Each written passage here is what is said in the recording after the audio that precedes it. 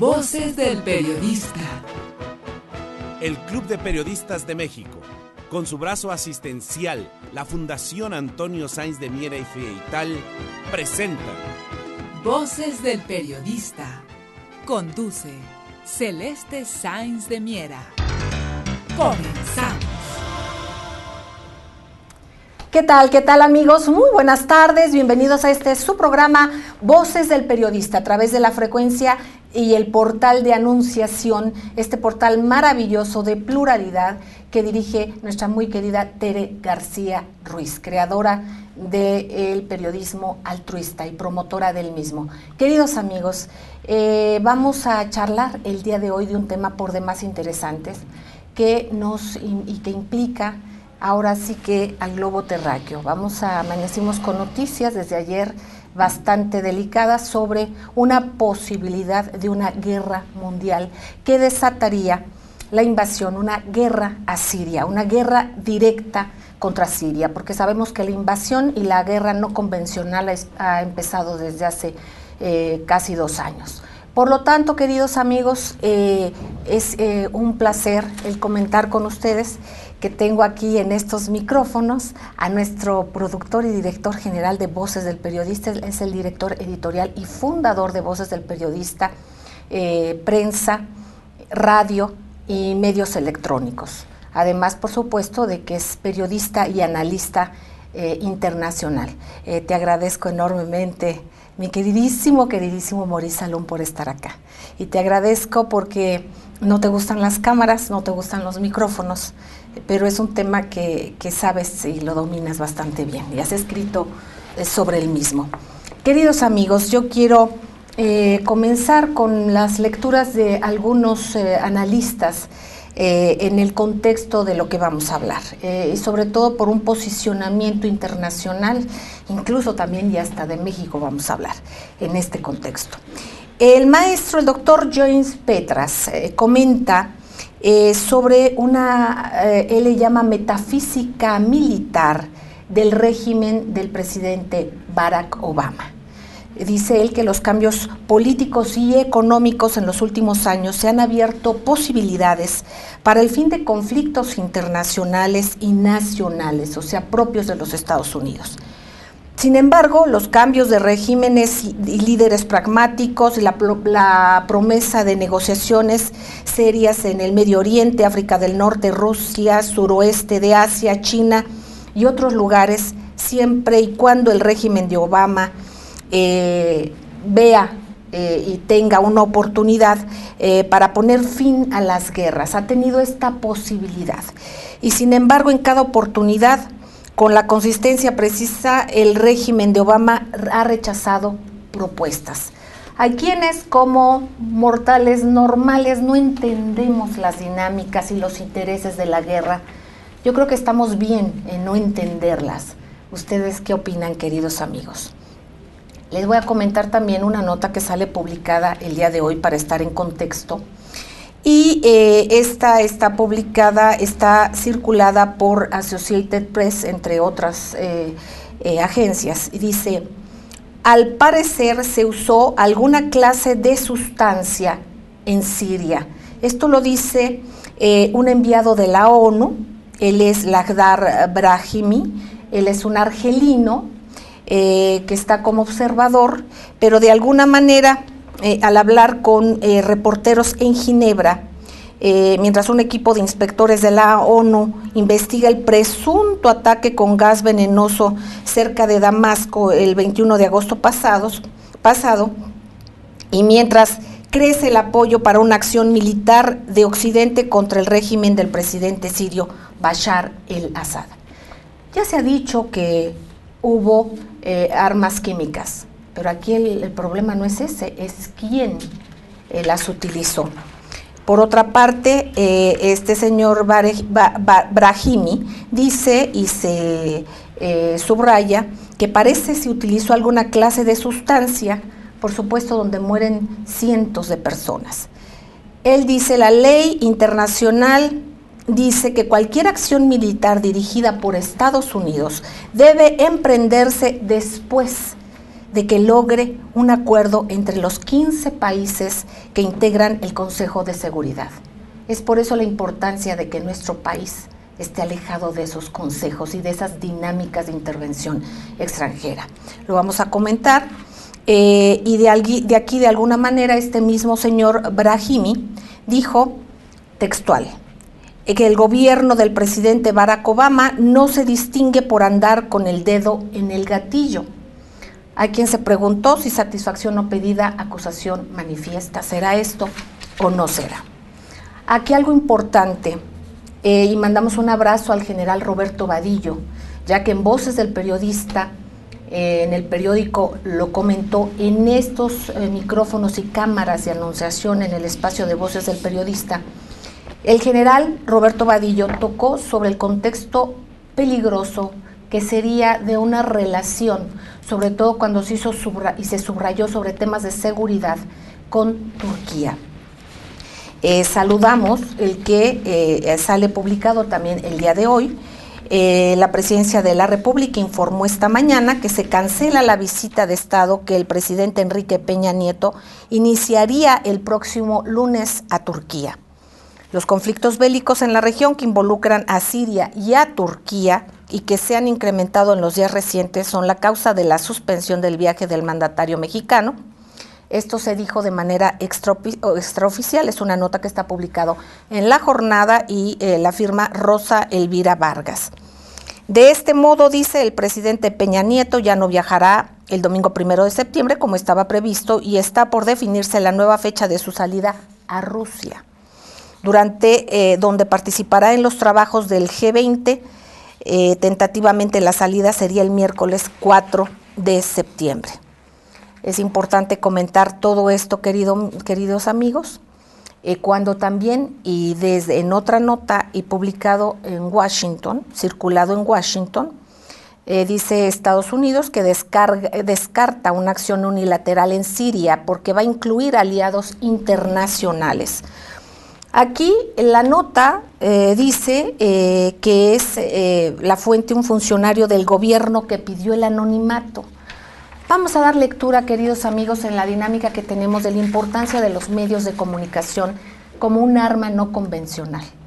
Aquí lo estamos viviendo y lo estamos viendo más que nunca.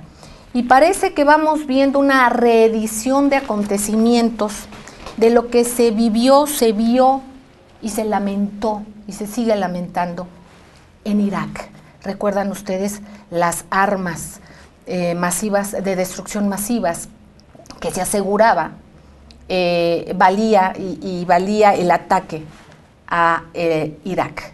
Estamos viviendo aquí una reedición. Para esto, y agradeciendo el espacio de esta introducción al especialista Maurice Salum, yo te pregunto, Maurice Salum, ¿con qué quieren justificar ahora un ataque sobre Siria?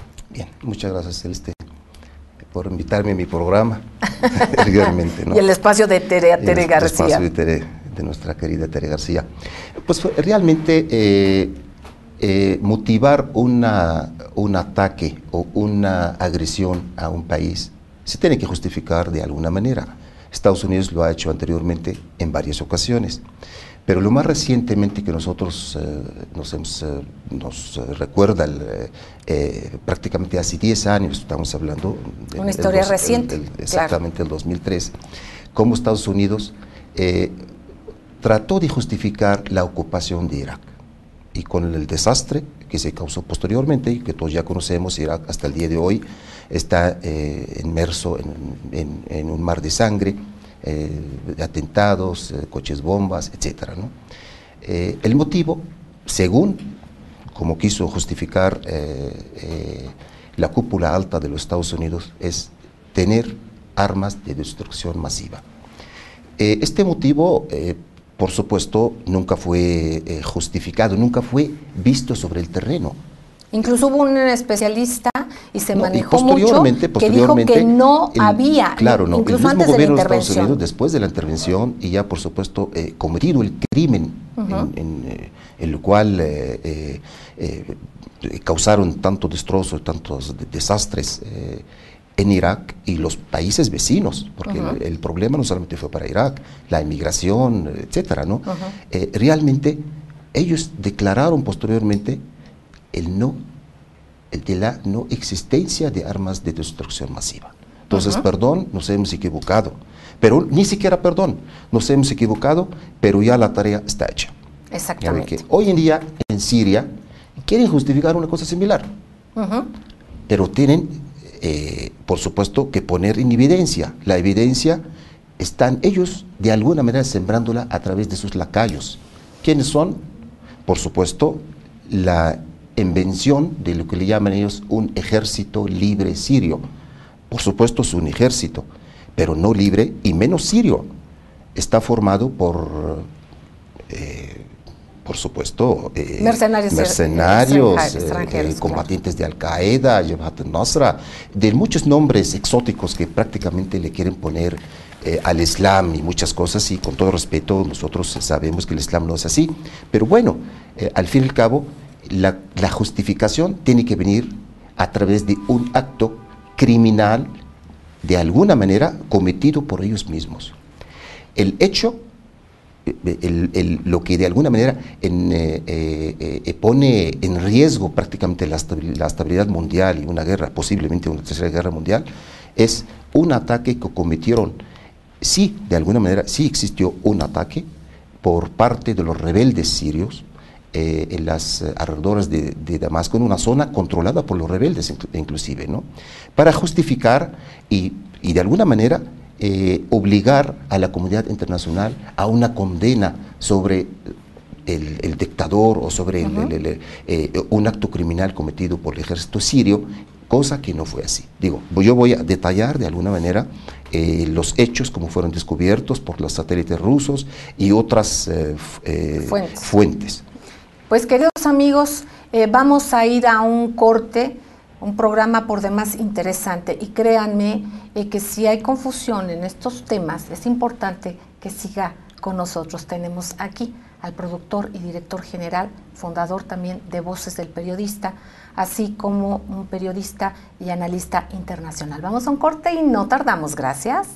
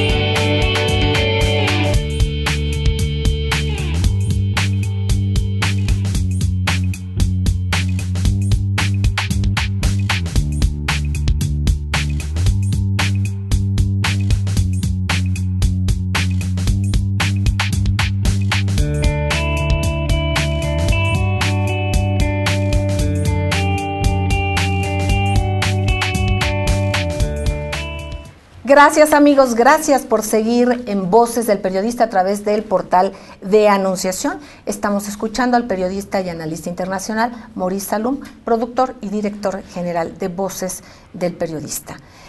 Nos están llegando preguntas, muchísimas gracias aquí al portal de Anunciación. Y dicen, ¿es cierto que hay ataques cibernéticos de parte de Siria a varios países aliados de Estados Unidos y agencias informativas? Queridos amigos, independientemente de que sigamos escuchando a Maurice Salum y no desviemos el tema, yo creo que nadie pudiera estar totalmente seguros para afirmar o para negar. Si Snowden comentó de toda la infraestructura que tiene Estados Unidos para hacerlo, y en Gran Bretaña y en otros países, y si han hecho esto Estados Unidos, a lo mejor en alguna pequeña medida desconozco, yo no soy quien, y yo creo que nadie que no tenga documentos como lo hizo el señor Snowden, como lo ha hecho el soldado Manning y como los presentó Julian Assange, pues no podríamos más que especular. Y sin embargo, hay datos que tenemos de que Estados Unidos sí lo ha hecho. No, pero, perdón la interrupción, mire. La pregunta es muy interesante. Claro. Siria está cometiendo ataques cibernéticos, pero Siria está atacando. Significa, tiene el poder de hacer daño a los aliados, que estás hablando de más de 100 y tantos países, de alguna manera que están de acuerdo en hacer un ataque contra Siria desde hace más de 2 años y medio. El problema está ahí. No, Siria es un pequeño país, no cuenta con la tecnología que cuentan todos esos países poderosos. El país que está agredido es Siria. Exactamente. Y si ellos pueden defenderse dentro de las posibilidades que tienen, por supuesto tienen derecho. Exactamente. Ahora, para hablar sobre el contexto del que hablábamos con Maurice Salum, y que hablaba de un ejército libre sirio, que no es ni libre ni es ni sirio, y que está ocupado precisamente por especialistas, espionaje y también por mercenarios. Los mercenarios son pagados, son trabajadores de la muerte. Y los terroristas pueden ser por fanatismo religioso. Y de alguna manera también recordar y poner en contexto de lo que está comentando y nos dice, y la pregunta de nuestros queridos amigos televidentes o cibernéticos en esta línea, precisamente no hay que olvidar que hay misiles informativos que han enviado en esta guerra no convencional contra Siria. ¿Se acuerdan aquel coche bomba que decían que había enviado el presidente Bashar el-Assad a la Universidad de Alepo? No fue otra cosa más que precisamente mercenarios y terroristas quienes lo ejecutaron. Hace unos meses, en las cercanías de Alepo, la ciudad del norte de Siria, esta ciudad industrial maravillosa, que han depredado, por cierto, de diversas maneras, y lo sabemos todos. ¿Qué sucede? Precisamente ahí también se decía de armas químicas. Curiosamente, cuando están llegando los visitadores de la ONU, invitados por el propio gobierno de Siria, para que vean que esto fue una situación y una táctica de mercenarios, de invasores y de terroristas, pues justamente ese día se da un ataque, que es el que ahora se está mencionando, y en mi punto de vista muy particular, no sé ustedes qué opinen, queridos amigos, se está utilizando para justificar una invasión más, una más de las que ya ha habido. ¿Quién tiene la ética? ¿Quién tiene la dignidad y el honor de aceptar que esto se ha repetido y sin embargo mienten? Hay quienes también matan con la palabra, con la pluma, con la voz, con la imagen, y no debemos ser cómplices. Yo creo que por eso es importante el que escuchemos plural y el que analicemos más a fondo las cosas. Yo te pediría, Maurice Salum, que volvamos a retomar sobre este mismo argumento con que anteriormente invadieron a Irak y que de hecho pudiese desencadenar, desgraciadamente lo estamos escuchando desde el día de ayer, una guerra mundial. Imagínense lo que esto significaría. Te seguimos escuchando. Sí, yo quiero retomar el caso del ataque a las periferias de Damasco, el día 21 de agosto. Realmente los satélites rusos tienen evidencias de que fueron disparados 2 misiles caseros, como le llaman ellos, 2 bombas caseros, con gas tóxico, gas químico, de la zona dominada por los rebeldes hacia las zonas también de los rebeldes. están las evidencias, fueron presentadas al Consejo de Seguridad y por supuesto ante la sorpresa de todos que no hubo comentarios. Pero la decisión... O sea, hubo información, hubo hechos confirmados, pero no hay comentarios. Que el ataque fue un autoataque, que con eso ellos son formidables en hacerlo desde el 11 de septiembre para allá, para causar ciertamente invasiones y esto, ¿no? El ataque fue perpetuado por un grupo de los yihadistas islamistas, se llama Brigada del Islam. Brigada del Islam. Fue disparado el primer misil a la 1:35 de la mañana del miércoles. Y el segundo, por supuesto, segundos después, se dispara el siguiente. La idea de hacerlo, o la motivación de hacerlo, realmente es primero detener un ataque que está preparando el ejército sirio. Este grupo está rodeado por el Ejército Nacional Sirio y era la idea de alguna manera ya neutralizar a este grupo que está poniendo en peligro la capital Damasco. Por supuesto, lograron detener lo que es el movimiento este a raíz del escándalo que realmente causó, la acusación tan seria que le están haciendo al ejército sirio, donde más de 50 soldados sirios ciertamente fueron hospitalizados. No es posible que un ejército ataque a sus propios soldados en un momento dado. Además, ¿qué ganaría cuando ciertamente está terminando con este foco de infección que tiene en las periferias? Y además cuando están llegando los observadores. Claro, y el mismo día están llegando los observadores. El caso de las armas químicas definitivamente fueron utilizadas como gases tóxicos en la misma ciudad de Alepo. Nos tenemos que recordar, en el mes de diciembre del 2012, la policía turca capturó a 12 miembros de Al-Qaeda, de Jabhat al-Nusra de Al-Qaeda, que es lo mismo, con bombas, con gas tóxico, con armamento químico. Y por supuesto, con la interrogación que les hacen, directamente inclusive está documentado, en que estas bombas las querían introducir a Siria para bombardear a los alawitas. Exactamente. Lo grave, lo quiero decir, lo que lo están sacando algunos medios de comunicación, la declaración de los yihadistas islamistas, por supuesto, con el mismo tenor, que tienen preparadas 1000 bombas químicas para lanzarlas sobre los pueblos alawitas, que está concentrado en lo que es en las costas de Siria. Esto es una declaración después de lo que pasó. Y ellos dicen, nosotros tenemos que aplicarles la misma medida por habernos bombardeado, nosotros tenemos que hacer la misma situación. Es la justificación inclusive de la utilización de armas químicas contra ciertamente una población civil.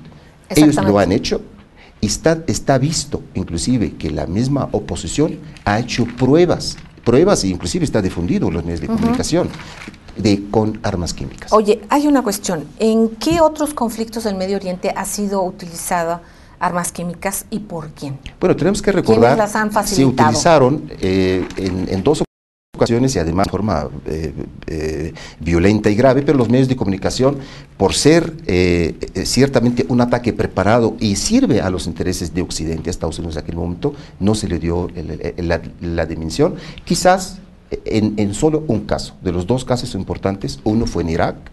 En Irak, en 1987, cuando las fuerzas iraníes del ejército iraní estaban a punto de tomar la ciudad de Bosra, que está al sur de Irak, una ciudad, quizás la segunda ciudad más importante después de Bagdad, una importante zona de petróleo y estratégicamente así situada. Si en este momento hubieran las fuerzas iraníes dominado o ocupado la ciudad de Basra, hubiera terminado la guerra.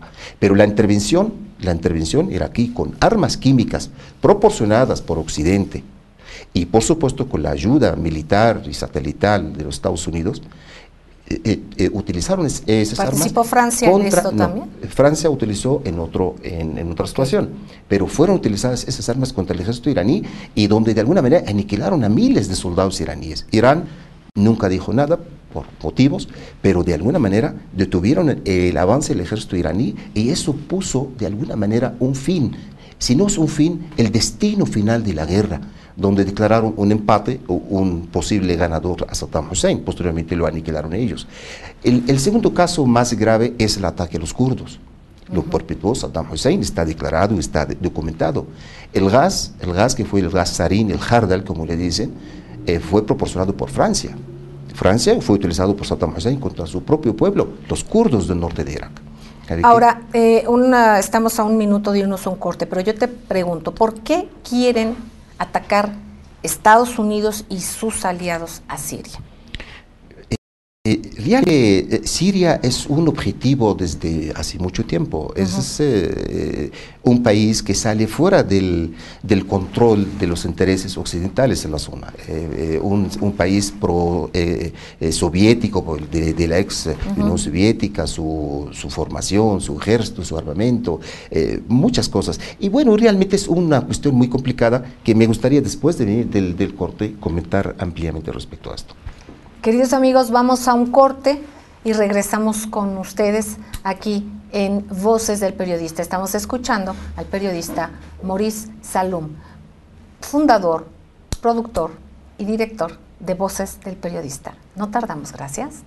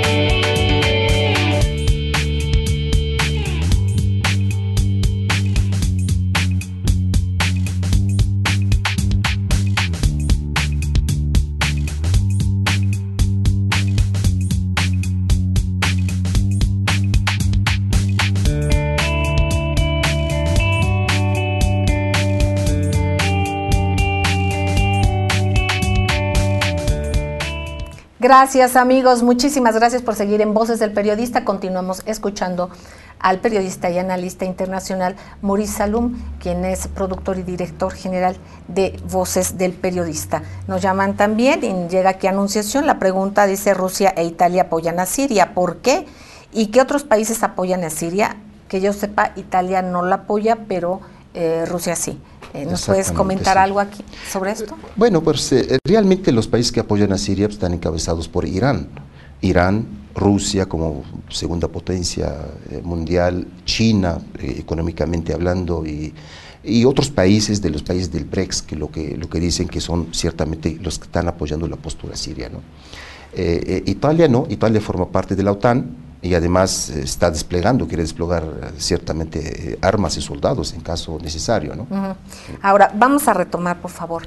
¿Por qué quieren atacar a Siria? ¿Por qué Estados Unidos y sus aliados insisten en ello? Insisten, Siria está dentro de lo que ellos llamaban el eje del mal.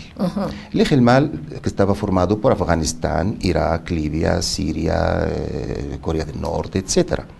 Entonces Siria es una tarea pendiente que George Bush no la hizo.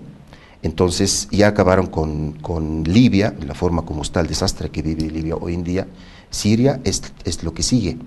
Después de Siria seguramente seguirá Irán. Entonces la tarea está puesta.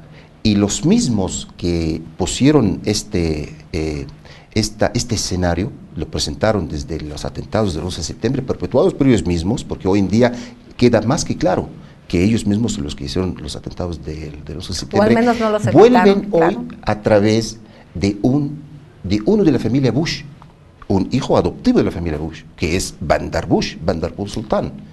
Bandar Sultan regresa, es de la familia real saudí, con todo la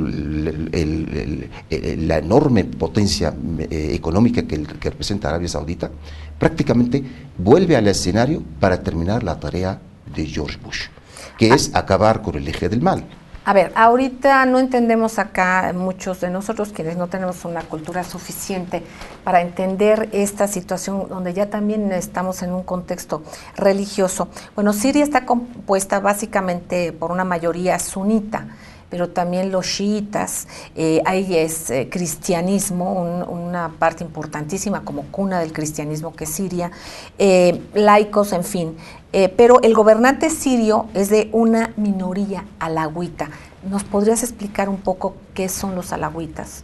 Bueno, realmente los alawitas es una fracción del chiismo, viene siendo, inclusive los adjudican como parte de lo que es el chiismo. Los alawitas creen en Ali ibn Abi Talib, perdón, que a lo mejor es una cuestión histórica que me voy a desviar un poco de nuestro tema así, que era el primo hermano del profeta y quizás de los primeros en que creyeron en el mensaje del profeta. Casado con la hija del profeta Fátima, la hija que más quería el profeta, y por supuesto es el padre de los dos nietos que tuvo el profeta, que es el Hassan y el Hussein. Y de alguna manera la división que existe en el Islam ciertamente procede desde hace 1400 años, desde la existencia misma del mismo mensaje que inicia el profeta. El profeta viene de una familia humilde, de los hashimitas, y por supuesto sale en contra del poder de los ricos de la Meca, que era la familia Quraysh. Esta división hasta el día de hoy existe entre los ricos y pobres. Los ricos son los representados hoy por los que tienen el dominio de la Meca, hoy, que posteriormente tomaron el poder a través de los umayyas, etc. Pero la división importante entre estas dos fracciones, chiitas y sunitas, ciertamente se forja ahí, en Ali ibn Abi Talib. Ali, para los chiitas, es el profeta. Perdón que yo digo eso, es una palabra demasiado fuerte. Dice, ¿y el profeta quién es? No, ellos creen que el mensajero es Mahoma, es el mensajero, pero realmente el hombre que más pulcro, más, no sé si, supuestamente para ellos, yo digo, eso es la versión eslavista muy complicada. Ellos creen que Ali, ese es el que lleva realmente la cuestión de la religión. Y entonces los hijos de Ali, el Hassan y el Hussein, que son los nietos del profeta, son los que deberían haber tenido el poder en la sucesión de lo que ellos llaman el califato. Entonces, después de la muerte del profeta, no nombra un sucesor y toman el poder sus amigos más cercanos, que eran esposos de hijas de cada uno, una relación entre esposos, entre yernos y suegros. En otro tema, ojalá otro día me invitas para abordar sobre ese tema. Pero bueno, el tema de Ali es el cuarto califa después de la muerte del profeta Mahoma. Yo digo profeta porque así nosotros lo sabemos, ¿sabe qué? Y por supuesto la muerte del hijo de Ali, que era el Hussein, en Karbala, que lo matan en Karbala, y por supuesto ellos lo tienen y lo consideran como mártir. Esto es lo que marca. Bueno, por supuesto fue muerto, matado por los umayyas, por Yazid ibn, por el Yazid ibn, perdóname, se me fue el nombre. Al rato, posteriormente. Pero realmente la muerte del Hussein es la que marca la gran división en el Islam hasta el día de hoy. ¿Por qué alawita? Pues porque creen en Ali. Y entonces ellos lo consideran como una secta, como un culto no musulmán. Inclusive ellos le tienen cierta cuestión, inclusive peor que un infiel, peor que un cristiano o un judío, algo así, ¿no? Ahora, ellos le llaman infiel a cualquiera que no crea como cualquiera ellos. que no crea en el Islam es infiel para ellos. Para ellos, sí. ok. Bueno, ahora, vamos a ver, vámonos a Egipto. ¿En qué se traduce hoy para el mapa del Medio Oriente la circunstancia actual de Egipto? Bueno, Egipto de alguna manera llegó al poder después de lo que es la primera árabe, que ya supimos lo que pasó con Hosni Mubarak. La hermandad musulmana llega al poder, por supuesto, después de un sufragio y por supuesto después de que las mayorías pidieron un cambio y instalan en el poder a un presidente que se llamó Mohamed Morsi. Mohamed Morsi, llegando de alguna manera, lo que hace es traicionar a las mayorías. Digo, la mayoría en Egipto, por supuesto, no son de la hermandad musulmana, que votaron a favor de él. Pero a la llegada aplica lo que es, quiere aplicar la ley islámica, que es la ley Sharia. Y por supuesto, la ley Sharia pues prohíbe muchas cosas. Entonces, la cuestión del arte, Egipto pues era el semillero en el Medio Oriente de lo que es el arte, por supuesto, lo que es la música, el teatro, el cine, etcétera. Y por supuesto, eso está prohibido en el Islam. Toda la cuestión esta musical, el canto, todo esto. Entonces Morsi lo que fue, lo primero que llegó, pues cerrar centros nocturnos, etcétera, y la vida cultural fue deteriorada de una manera, pero increíble. Aparte lo que es el turismo, Egipto vive del turismo. Entonces hay un problema grave a raíz de la llegada de Morsi. Por supuesto, el pueblo siente traicionado por lo que pasó y llegan a un golpe militar encabezado por Sisi, el general Sisi, ¿no?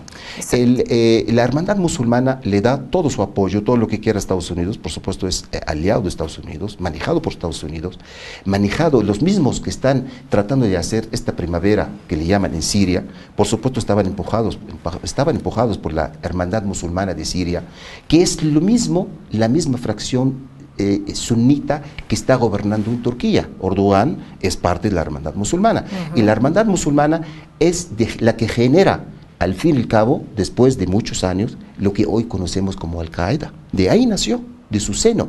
Ellos quieren aplicar Sharia, regresar prácticamente a los orígenes del Islam, que pues, por supuesto, leyes que no se pueden, de alguna manera, no son compatibles con lo que vivimos hoy en día. Maurice, ¿quién pierde y quién gana en este nuevo mapa de Medio Oriente con el gobierno del general Sisi en Egipto? Nosotros yo creo que Sisi viene con ideas nacionalistas, aunque tiene el apoyo de Arabia Saudita. Arabia Saudita ciertamente es un país que es donde siembran y donde nace todo, en gran medida, el terrorismo internacional islámico. De alguna manera es así. Entonces, es una cuestión de incoherencia. ¿Cómo es posible que Arabia Saudita apoya a alguien que haga un golpe de Estado contra un presidente muy musulmán, de la hermandad musulmana que es Morsi? Pero ahí sí encontramos que hay una dualidad en la cuestión, ¿no? ¿Cuál es la maquinaria que utiliza Estados Unidos y la OTAN hoy en día en este contexto que nos comentas? Pues tampoco entendible para nosotros. El Islam. ¿El Islam? Perdón, el Islam político. No todos los musulmanes así. Inclusive la mayoría de Siria, los que apoyan a Bashar al-Assad, son musulmanes sunitas. Hay una fracción, perdón, por eso digo. Pero ¿Y por qué el Islam? ¿Por qué el Islam? Porque el Islam existe la cuestión de jihad. Entonces esto genera a un ejército enormemente barato. Porque estos yihadistas que quieren morir para llegar y ganarse el cielo, la recompensa se las paga Allah, el Dios musulmán, se los paga. En la tierra. En la tierra pues no necesita nada, entonces lo que quieren es morirse, y por eso se entiende la cuestión que ha pasado últimamente en Boston, en París, la cuestión está de tratar de matar un fiel, porque con la muerte de un infiel, matando a un infiel, ellos ganan el paraíso, y un paraíso realmente muy, muy exótico, con 72 vírgenes, etcétera, y ríos de alcohol, y ríos de miel, etcétera, cosas así como estas. Y bueno, el que vive en el desierto, con todo respeto, pues dice, bueno, pues esta vida no vale nada, yo quiero mejor la otra. Entonces, la recompensa está allá. Y por eso forman un ejército enormemente grande, porque desgraciadamente hay muchos que están dispuestos a morir. Y esto es el peligro que sea, no solamente para quizás los países donde están, para todo Occidente. Ellos ven a cualquier persona, cualquier gente que no cree en el Islam, como un infiel. Bueno, pues con estas palabras, el ejército más económico jamás conocido, vamos a un corte. Entonces el mujahidín es la nueva arma no convencional y además es barato. Qué pena que al ser humano, con la creencia que fuese, se le utilice. A lo mejor ellos legítimamente creen en ello, pero también son utilizados. Vamos a un corte y no tardamos. Gracias.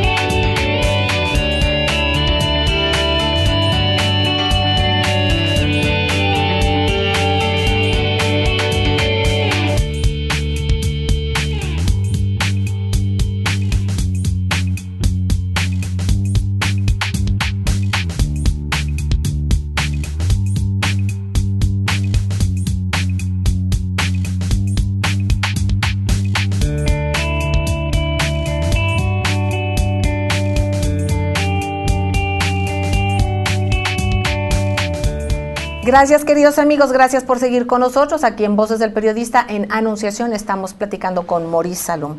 Muchísimas gracias, nuestros compañeros Hilario Ramírez, Bernardino Cervantes, Marcos Velázquez, Alejandro Sánchez, Rafael Melgar, queridísimo Adolfo González, el Chucho Arismendi, por supuesto, nuestra muy querida Tere García Ruiz. Por cierto, en el corte precisaba Maurice Salom conmigo que aunque Italia ha dicho que de inmediato, que por lo pronto no intenta y no pretende participar en un supuesto ataque, un posible ataque a Siria, de momento, esto es importante subrayarlo, de momento, así lo ha externado Emma Bonino, la secretaria de Relaciones Exteriores, me decía Maurice, no se descarta, ojalá se descartase, pero aquí lo importante es que no es aliado de Siria, por eso el comentario de él hace un rato.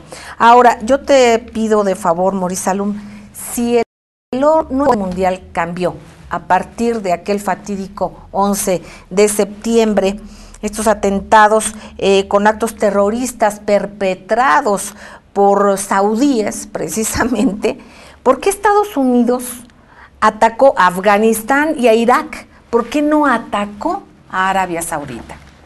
Bueno, en esa dinámica y esa lógica guerrerista, ¿no? Lo que estamos viviendo hoy, el momento de una guerra contra Siria, deja muy en claro la postura que tantos medios de comunicación hemos puesto y hemos publicado sobre el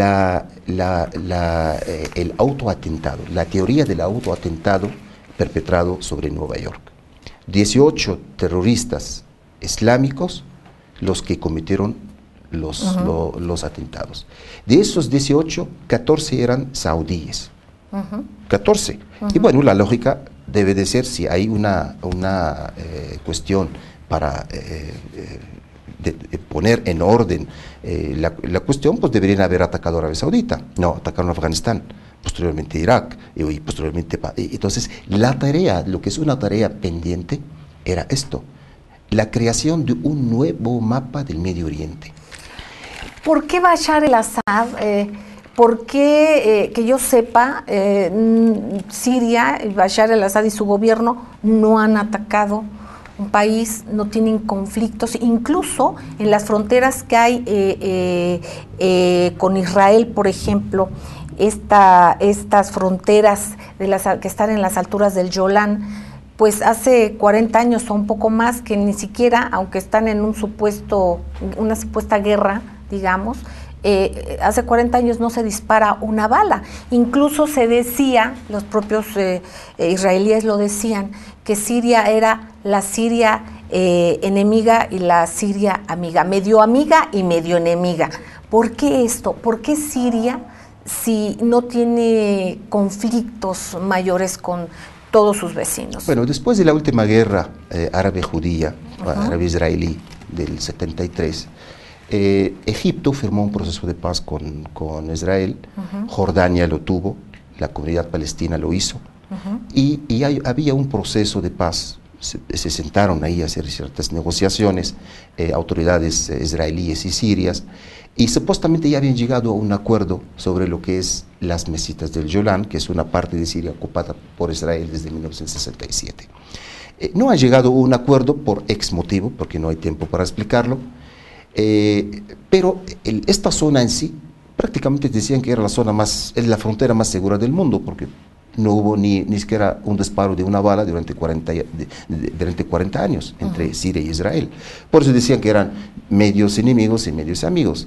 Enemigos en el Líbano, a lo mejor, porque conocemos lo que pasó en el Líbano desde 1975, la ocupación israelí de la mitad del Líbano, la presencia siria en el Líbano a petición del gobierno libanés, y posteriormente se convierte en una ocupación según unos y según otros no. Pero bueno, realmente esto es. Pero ¿por qué Siria? Siria, para Estados Unidos, Israel y sus aliados, es un país que apoya supuestamente el terrorismo, pero yo no sé cuál terrorismo, porque realmente apoya a Hezbollah y apoya a Hamas, que son dos enemigos de Israel.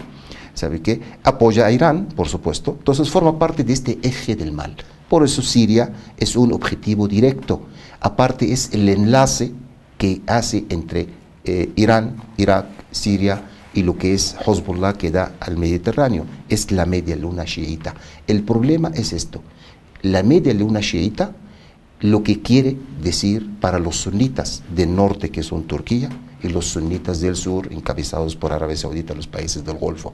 El problema sunita chiita, y esto lo que de alguna manera están empujando hacia una confrontación directa entre el Islam para una guerra entre islamistas, independientemente de quién gane, debe ser una guerra de desgaste que dure 1, 2, 10 años, como lo que pasó entre Irán e Irak, y parece que todo está apuntando hacia una situación así. Hoy se habla de una invasión de Arabia Saudita hacia Siria. Si no hay un ataque de los países aliados de la OTAN, etcétera, quizás antes de diciembre, Arabia Saudita, que ya está concentrando sus mujahidines, Arabia Saudita está utilizando el terrorismo internacional para lograr objetivos específicos de un grupo mafioso, y este grupo mafioso todos sabemos dónde está. Pues, la ocupación y la guerra contra Siria, si no la hacen los aliados, a lo mejor la tenemos una guerra encabezada por Arabia Saudita y una invasión desde el sur. De alguna manera, queridos amigos, ya hay una guerra no convencional supuestamente en Siria, porque obviamente los supuestos rebeldes, sabemos, incluso se ha admitido que están apoyados, financiados desde fuera. Entonces, digamos, está financiando a un gobierno, a un supuesto gobierno alterno, cuando esto nunca antes había sucedido. Por lo pronto que ya está esa guerra, es una guerra no convencional, así como hay guerras de otras dimensiones financieras, de copar, de apropiarse de recursos naturales en diferentes regiones del mundo. Ahora, mencionabas Arabia Saudita, es bueno subrayar y recordar y retomar la historia, que si se habla de democracia, pues Arabia es Arabia, y Saudita es el único país que tiene apellido, que es la familia saudí, Arabia Saudita. Entonces, si en ese contexto nos vamos, entonces, ¿dónde está la democracia? Yo te pregunto, Maurice Salum, hace unos días estuvo en una reunión en el Club de Periodistas de México el obispo Antonio Chedraui.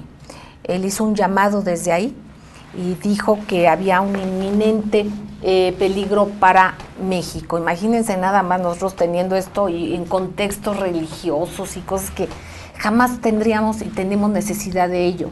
Por eso es importante que México no tenga una cercanía con gobiernos, no con países, con gobiernos que están financiando esto. Es por eso muy importante la decisión del presidente Enrique Peña Nieto de, por lo pronto y por las circunstancias que están y los riesgos que sean, no haber tenido este encuentro, y sobre todo que no se lleguen a acuerdos de tipo de seguridad, y más después de lo que hemos escuchado y en el contexto que vivimos.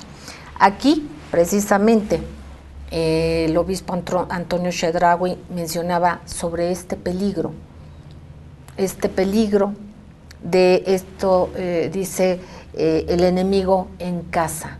Entonces, es importante el escucharte y el que nos digas por qué y el contexto y el peligro que se pudiese dar. Amigos, cuando ya no hay argumentos, se acude a algo que sea un dogma, que vaya más allá de cualquier discusión, que vaya más allá de cualquier raciocinio, como pueden ser las religiones, muy respetuosas todas, pero también ellas están siendo utilizadas como armas no convencionales para que a través de fanatizar y además impulsar ese fanatismo y también por lo mismo impulsar y hacer divisiones de diferentes y de muy diferentes maneras. ¿Qué nos puedes decir sobre esto, Maurice Salum, en este contexto, cuando también, y si me permites, precisamente en The Independent, en Gran Bretaña, publica Robert Fisk: si Barack Obama decide atacar al gobierno sirio, se asegurará de que por primera vez en la historia Estados Unidos y Al-Qaeda estén del mismo lado. Vaya alianza. ¿No fueron los tres mosqueteros los que exclamaban todos para uno y uno para todos cada vez que salían al combate? Este debería ser el nuevo grito de guerra para los estadistas occidentales si deciden unirse en la agresión contra Bashar Assad. Los hombres que destruyeron a tantos miles el 9/11 estarán luchando al lado de la nación cuyos inocentes asesinaron cruelmente hace exactamente 12 años. Gran triunfo para Obama, Cameron, Holland y el resto de estos guerreros en miniatura. Esto desde luego no será anunciado con fanfarrias por el Pentágono, la Casa Blanca, ni supongo por Al-Qaeda, aunque los tres intentan destruir a Bashar, lo mismo que el Frente Nusra, afiliado a la red Al-Qaeda, pero la posible acción trae consigo interesantes posibilidades. Quizá los estadounidenses deberían pedirle colaboración de inteligencia a Al-Qaeda. Después de todo, dicha red tiene las botas en el terreno, cosa que a Estados Unidos no le interesa en lo más mínimo. Posiblemente Al-Qaeda pueda ofrecer alguna información sobre instalaciones de comunicación clave a la nación, que normalmente afirma que los simpatizantes de Al-Qaeda, y no precisamente los sirios, son los hombres más buscados del mundo.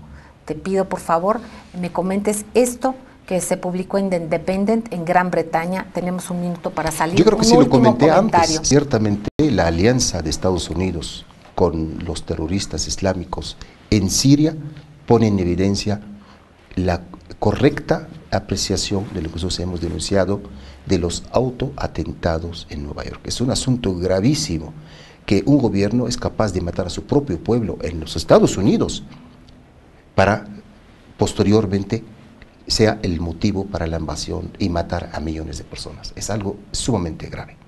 Queridos amigos, no perdamos la capacidad de asombro, no seamos presas de este asesinato que por los medios pudiesen hacer de nuestra sensibilidad, de nuestra ética. Así es que es una obligación como ciudadanos del mundo verdaderamente libre, el analizar de manera plural. Escuchémonos todas las voces, huyamos de los odios, huyamos del negocio de la guerra, démonos cuenta cuál es el fondo. Qué maravilla del mundo sería si con los avances tecnológicos que tenemos se aplicaran realmente para erradicar el hambre, para potenciar las facultades de los seres humanos con educación, con oportunidades de trabajo, de vida, y no con esta depredación intolerable e intolerante. No caigamos en esto, queridos amigos. Les quiero, les agradezco enormemente, un beso tronadísimo. Muchísimas gracias, Maurice Salum. Hiciste una promesa, después de 12 años accediste a platicar conmigo públicamente, te agradezco enormemente. Y bueno, a ustedes, amigos, les prometemos que estará pronto con nosotros. Gracias, verdaderamente gracias. Escuchen Voces del Periodista a través de las frecuencias de ABC Radio, del gran grupo Radio Turquesa y de las frecuencias de La Pantera. Voces del Periodista, el programa de radio, todos los días de 5 a 6 de la tarde. Y por supuesto, Anunciación, todos los miércoles de 10 de la mañana a 3 de la tarde. Y nuestro espacio para ustedes de 2 a 3 de la tarde. Gracias a ustedes, gracias a Tere García Ruiz.